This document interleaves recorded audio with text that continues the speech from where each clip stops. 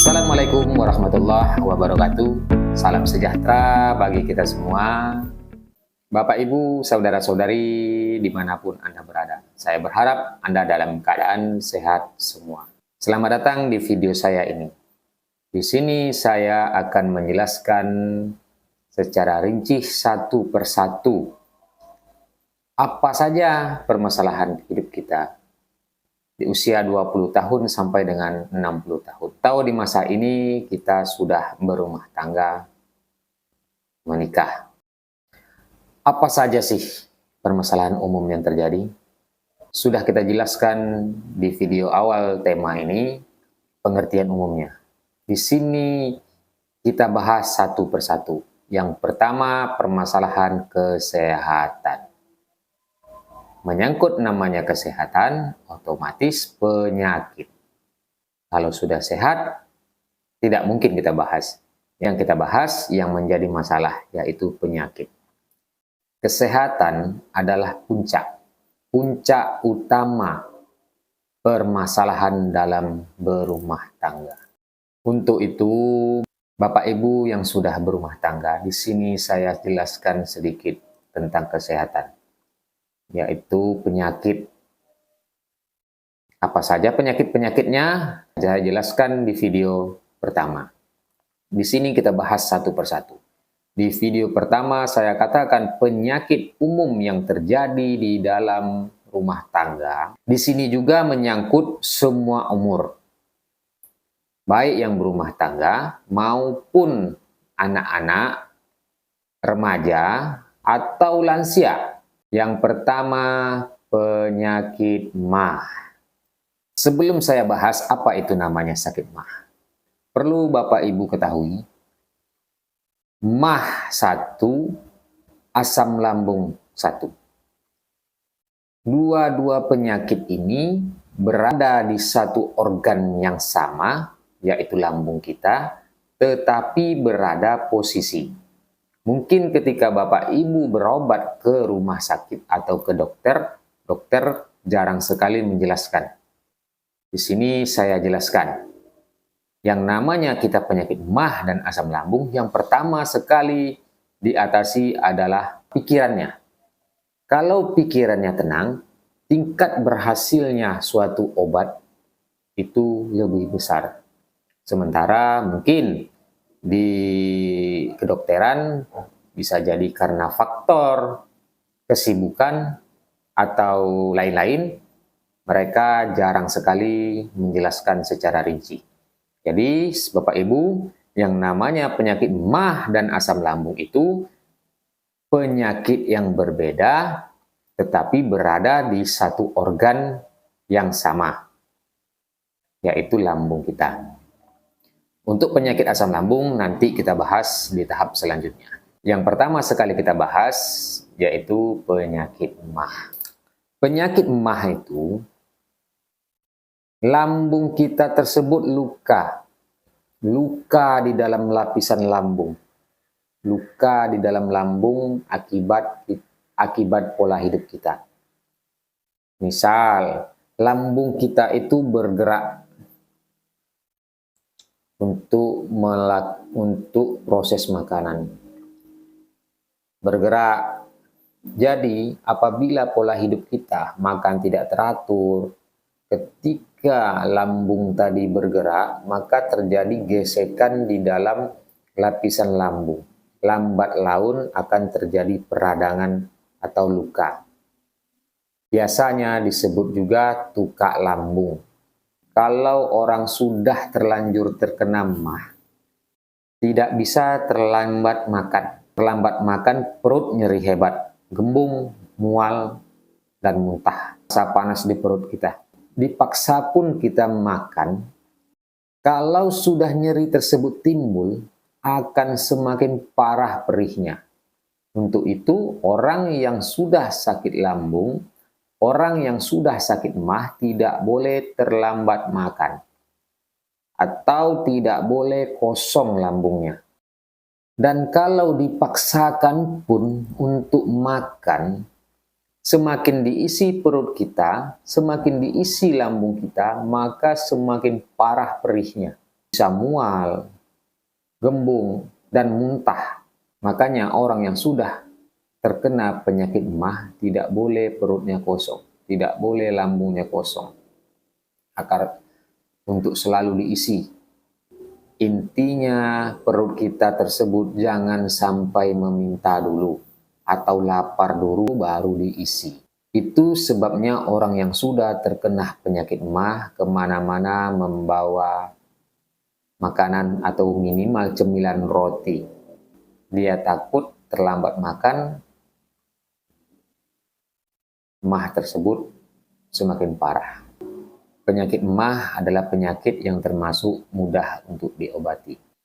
Apa sih penyebab kita terkena penyakit MAH? Yang pertama, pola hidup kita sudah tidak teratur.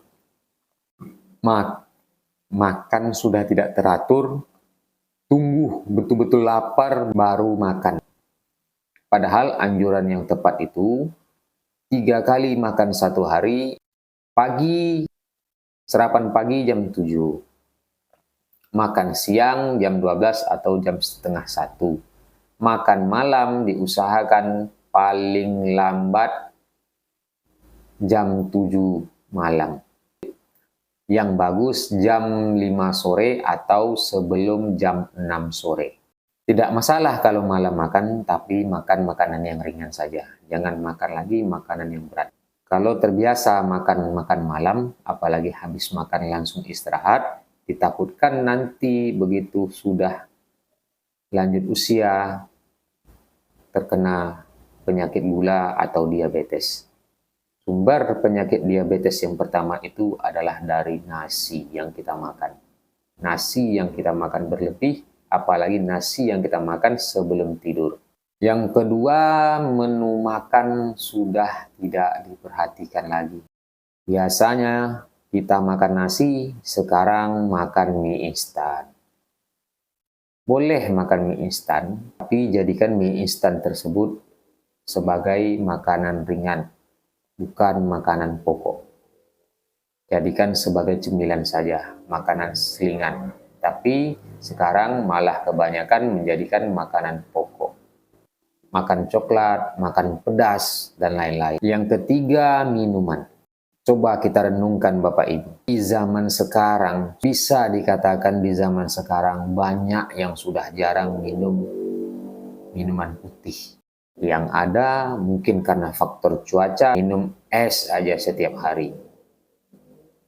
Minum minuman beralkohol, minum minuman bersoda, kopi,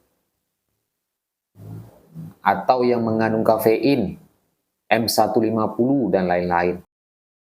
Anda bayangkan, apabila makanan yang ada di dalam lambung kita ini tidak ada, dan lambung kita, usus kita selalu bergerak, jadi gesekan. Gesekan antara dinding yang ada di lambung. Lambat laun akan terjadi peradangan. Terjadi peradangan, akan terjadi luka. Sudah terjadi luka, maka bakteri-bakteri atau virus-virus akan berkembang di daerah luka tersebut. Lambat laun tidak diobati bisa berbahaya juga, menyebabkan kebocoran lambung dan terparah kanker lambung. Itulah yang namanya MAH. MAH adalah penyakit luka di dalam lambung, luka di dalam lambung. Coba Anda bayangkan, seandainya itu kendaraan Anda. Kendaraan Anda misalnya sepeda motor atau mobil. Yang di dalam mesinnya ada gigi-gigi. Gigi-gigi ini yang berfungsi untuk menggerakkan kendaraan tersebut. Agar supaya gigi-gigi ini tidak terjadi kehausan, maka dikasih oli. Dan Anda bayangkan kalau oli tidak ada, terjadi gesekan-gesekan, lambat laun panas, akhirnya patah, kendaraan tersebut tidak bisa lagi bergerak. Begitu juga lambung kita yang sifatnya hampir sama seperti mesin. Sifatnya hampir sama seperti mesin kendaraan kita, yang harus ada makanan di dalam agar tidak terjadi gesekan-gesekan kosong. Begitulah kira-kira bayangannya. Untuk pencegahannya kan jelas Bapak Ibu. Yang pertama, kita jagalah pola hidup kita. Jangan makan ketika sudah terlalu lapar. Ingat saja jamnya. Ketika pagi kita lihat, bangun tidur, siap mandi, langsung sarapan. Siang, istirahat siang, langsung makan siang. Malam sebelum maghrib atau sebelum jam 6 usahakan makan. Paling lambat jam 7 malam sudah makan. Kurangi makanan yang terlalu pedas. Hindari minuman yang beralkohol. Hindari minuman yang mengandung kafein. Contoh kopi, coklat, grating deng, M150, dan lain-lain. Dan selanjutnya kita bahas obatnya. Apa sih obat untuk penyakit emah kita? Untuk obat penyakit emah relatif lebih mudah penyembuhannya, lebih cepat pemulihan. Tapi ingat, di samping pengobatan juga merubah pola hidup yang tadi yang tidak baik menjadi yang baik. Nah, obatnya apa? Di sini masalah obat saya jelaskan dua. Baik secara medis, obat kimia atau obat dokter, dan obat herbal. Nanti saya jelaskan. Yang pertama kita jelaskan dulu secara medis atau obat dokter. Biasanya Bapak Ibu, ketika Anda berobat kepada dokter, dokter menyatakan Anda terkena penyakit emah. Dokter akan meresepkan yang pertama obat antasida. Sejenis antasida. Apa itu antasida? Milanta, Roma, Waisan, Polislen, Gastidil, Renival, Displatil, dan lain-lain. Jenis obat ini dari harga yang ribuan sampai dengan harga yang ratusan ribu. Baik, ada yang berbentuk tablet, ada yang berbentuk sirup. Biasanya dokter meresepkan untuk jenis antasida adalah obat ini. Obat yang kedua, obat medis atau obat dokter biasanya yaitu obat penghambat pompa proton. Apa saja obat yang menghambat pompa proton? Yang pertama omeprazol, yang kedua lansoprazol, yang ketiga esomeprazol, yang keempat pantoprazol, yang kelima rabezol atau obat yang ada tulisan zol-zol-zolnya. Ini juga begitu Bapak Ibu. Dari harga yang murah, yang harganya ribuan, sampai dengan harga jutaan.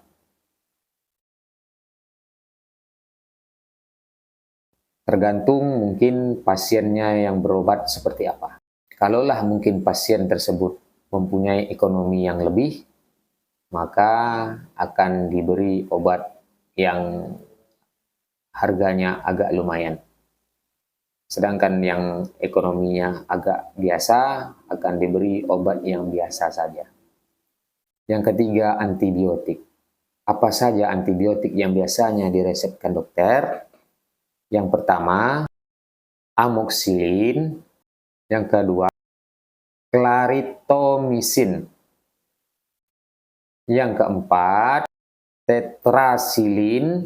Yang kelima, metronidazol. Metronidazol meskipun dia ada zol-zolnya, tetapi ini masuk ke dalam kelas antibiotik. Dan lain-lain banyak lagi. Di sini juga begitu. Dari obat yang paling murah, ribuan, sampai dengan obat yang harganya ratusan, bahkan mungkin jutaan. Kalau emah tersebut juga disertai dengan diare, biasanya dokter juga menambahkan obat diare. Contoh obat diare yang biasa diresep adalah dia Opidiar suspensi, Imodium, zinc, new diataps, dokter. Kalau obat biasa, obat warung itu ada entrostop, termasuk kelas itu, dan lain-lain. Ini juga dari harga yang murah sampai dengan harga yang mahal. Dan kalau untuk obat alami atau herbal, kalau di toko-toko memang banyak. Di toko-toko atau mungkin di marketplace atau di online banyak dijual yang namanya jenis-jenis obat herbal untuk gangguan pencernaan, yaitu penyakit MAH. Dan kalau saya yang menganjurkan sendiri, buat saja obatnya. Buat saja obat. Itu lebih baik, lebih murah, lebih aman. Maksud saya aman dari zat-zat pengawet, dan lebih ampuh utamanya. Apa saja sih obat-obat alami atau herbal yang saya anjurkan? Buat sendiri, lebih murah, lebih mudah, lebih aman, dan tentunya lebih ampuh dibandingkan obat-obat yang tadi yang harganya ratusan sampai dengan jutaan. Ini lebih mudah. Apa saja obatnya? Yang pertama, tepung kanji. Obat medis, Bapak, Ibu, Saudara-saudari, khususnya antasida dan lain-lain, sebagian besar kandungan yang ada di dalamnya adalah ubi atau kanji. Mungkin kita yang awam saja, yang kurang atau jarang sekali memperhatikan komposisi yang ada di obat tersebut. Juga kalau kita baca di situ berbahasa Latin, sulit kita. Tetapi pada dasarnya banyak obat tersebut, khususnya antasida dan lain-lain, yang mengandung obat saripati ubi atau kanji. Kenapa tidak kita yang membuat sendiri? Tetapi di samping itu semua, Bapak Ibu, tergantung bagaimana kita membuatnya. Kita membuat seberapa dosisnya, kapan saja minumnya. Jadi juga agak susah. Yang kedua, bisa kita buat sendiri saripati induk kunyit atau ibu kunyit, mama kunyit, gitu. Begitu kira-kira. Di dalam saripati kunyit tersebut terkandung berbagai macam jenis zat, antaranya zat antibiotik atau perekat alami perekat alami untuk luka dalam, bisa menutupi luka dalam. Di zaman dulu para orang tua kita untuk mengobati luka dalam, salah satu obatnya saripati kunyit. Tetapi Bapak Ibu, mengkonsumsi ini juga harus tepat dosisnya, dan tidak melebihi dosis yang dianjurkan. Kalau berlebihan juga tidak baik, karena di ilmu medis pernah diteliti kalau kelebihan mengkonsumsi saripati kunyit ini juga tidak baik untuk kesehatan. Yang ketiga, gambir dicampur telur.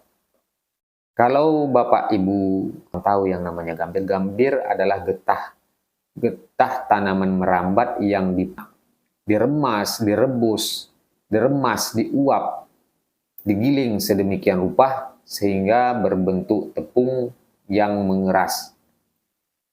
Tepung yang mengeras, itu yang namanya gambir. Zat di dalam gambir tersebut itu sama dengan yang terkandung di antasida dan antibiotik. Salah satu bahan untuk membuat obat tersebut juga gambir. Yang keempat, madu campur serai. Terkandung di dalam madu salah satu tersebut antibiotik yang paling baik. Tetapi juga di sini kalau berlebihan mengkonsumsinya juga tidak baik. Air putih saja kita konsumsi, terlalu berlebihan juga tidak baik untuk kesehatan. Yang kelima, kulit sapi, kulit kerbau, atau kikil sapi, kikil kerbau. Kulit sapi juga sangat baik untuk penyembuhan luka dalam, apalagi luka di dalam lambung secara cepat. Jadi, Bapak Ibu, saran saya, obat mana yang paling baik dikonsumsi untuk mengobati penyakit MAH? Itu. Kalau dari segi obat dokter atau obat kimia untuk menghilangkan nyeri, memang bagus. Memang bagus. Setelah kita mengkonsumsi obat tersebut, mungkin dengan hitungan menit nyeri tersebut bisa hilang. Untuk nyeri, tetapi untuk penyembuhan luka yang ada di dalam lambung kita agak lama dan harus terus rutin mengkonsumsi obat. Dan kalau untuk obat alami atau herbal, untuk menghilangkan nyeri ada yang seketika atau mungkin yang agak lama. Tapi kalau kita konsumsi obat alami atau herbal ini tepat, cukup dosis, tahu cara pengaplikasikannya, bisa menyembuhkan dengan cepat. Bahkan mungkin tidak sampai berminggu-minggu, berbulan-bulan, bahkan bertahun-tahun. Coba Anda bayangkan, orang di zaman dulu, para tetua kita di zaman dulu, bukan tidak ada penyakit tersebut. Ada. Tetapi mereka mengkonsumsi obat alami untuk penyembuhan. Karena di zaman dahulu, rumah sakit jauh, akses jalan tidak mendukung, kendaraan tidak ada. Jadi para tetua dulu menggunakan apa yang ada di sekitar mereka untuk dijadikan obat. Dengan keyakinan dan tepat pengaplikasiannya, mereka sembuh. Saudara-saudari, untuk pengaplikasian obat herbal atau alami ini, tidak saya rincikan bagaimana cara buatnya, berapa dosisnya, karena saya juga tidak tahu separah mana penyakit Anda. Jadi, untuk Anda yang mengalami atau yang sudah terkena penyakit MAH kronis, tukak lambung, ingin konsul kepada saya masalah obat-obatan, khususnya obat-obat alami atau herbal, silahkan Anda hubungi saya di nomor yang tertera. Jangan Anda takut dan jangan Anda khawatir, karena konsul dengan saya gratis. Yang saya harapkan amal dan dukungan Anda saja di channel saya ini. Semakin banyak Anda mendukung channel saya, maka saya semakin semangat untuk berbagi ilmu kepada Anda. Nanti saya sarankan obat yang mana yang lebih baik, sesuai dengan tingkat keparahan penyakit Anda. Obat-obat yang saya anjurkan, obat yang ada di sekitar Anda. Anda yang mencari, Anda yang membeli sendiri, Anda yang membuat sendiri. Saya hanya memberikan tutorialnya, cara dan dosisnya untuk Anda. Jadi, kepada saya tidak ada biaya, gratis. Dan obat-obat tersebut tidak ada dijual jadi di toko. Ingat sekali lagi, jangan sungkan. Yang saya harapkan hanya amal bagi saya. Dan juga dukungan. Jangan lupa Anda dukung saya di channel saya. Like, comment, and share. Dan juga subscribe. Ajak teman-teman Anda sebanyak-banyaknya mengikuti channel saya dari awal. Apa yang saya jelaskan dari awal sekali video saya, itu mungkin ada salah satu permasalahan di diri Anda yang terjadi. Sekian dari saya untuk pembahasan penyakit MAH ini. Ikuti video saya selanjutnya tentang penyakit asam lambung. Sekian dari saya, terima kasih. Wassalamualaikum warahmatullahi wabarakatuh dan salam sejahtera bagi kita semua.